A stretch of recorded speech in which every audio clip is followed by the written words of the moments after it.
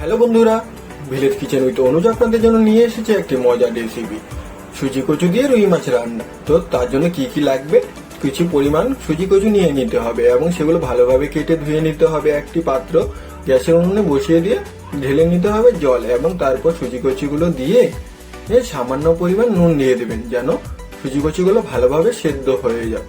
তারপর ঢেকে দিলাম যতক্ষণ না পর্যন্ত আমাদের সুজি কচুগুলো সিদ্ধ হচ্ছে, ততক্ষণ পর্যন্ত আমরা অন্যান্য জিনিসগুলো কেটে নিই, যেমন পেঁয়াজ, লঙ্কা, শুকনো লঙ্কা এবং তেজপাতা লাগবে আমাদের এটার জন্য। তারপর দেখে নিলাম সুজি কচুগুলো আমাদের সেদ্ধ হয়ে গেছে, তো সেটা নামিয়ে নেবে এবং উনুনে চাপিয়ে দেবে একটি কড়াই এবং কড়াইটা গরম হয়ে গিয়েছে আমাদের। তো সরিষার তেল ঢেলে দিলাম তার মধ্যে। তো সরিষার তেলটা গরম হওয়ার পর দিয়ে দিতে হবে শুকনো লঙ্কা, দিতে হবে সাথে তেজপাতাগুলো দিয়ে একটু ভেজে নিতে হবে ভালো করে। তারপর আমাদের যে পেঁয়াজগুলো কুচি কুচি করে কাটা ছিল সেগুলো ঢেলে দেব আমরা, সাথে লঙ্কাগুলো দিয়ে দেবে একদম। তারপর কিছুটা সময় পেঁয়াজগুলোকে ভালোভাবে নাড়াচাড়া করে দেখবেন যতক্ষণ না পর্যন্ত লাল হচ্ছে ততক্ষণ পর্যন্ত। তো আমাদের পেঁয়াজগুলো লাল হয়ে গেছে, ওইদিকে আমাদের সুজি কচুগুলো রেডি। তো এখন দিয়ে দেবো আমরা সুজি কচুগুলো এর মধ্যে ঢেলে। তো সুজি কচুগুলো দিয়ে কিছুক্ষণ নাড়িয়ে নেব আমরা।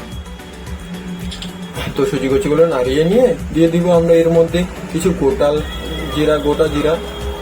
তারপর দিতে হবে এর মধ্যে পরিমাণ মতো নুন, যেটা আপনারা আপনাদের পরিমাণ মতো দিবেন, আমি আমার পরিমাণ মতো দিয়েছি।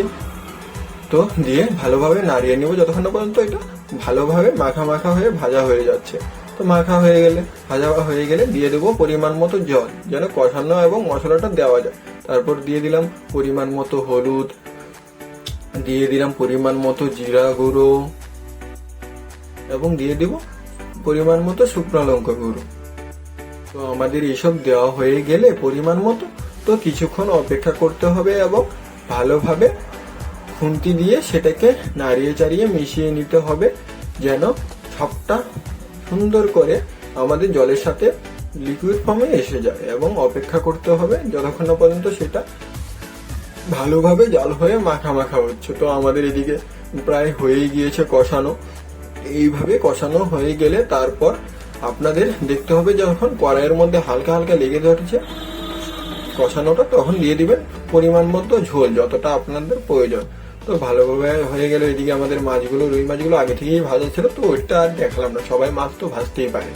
তো এদিকে আমাদের যখন জলটা টকবক করে পড়ছে এর মধ্যে দিয়ে দিব মাছগুলো।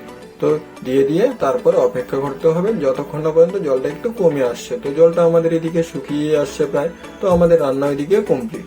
তো ভালোভাবে নামিয়ে নিলাম এবং দেখুন কত সুন্দর হয়েছে রান্নাটা, যেরকম সুন্দর হয়েছে খেতে কিন্তু বেশ মজাদার।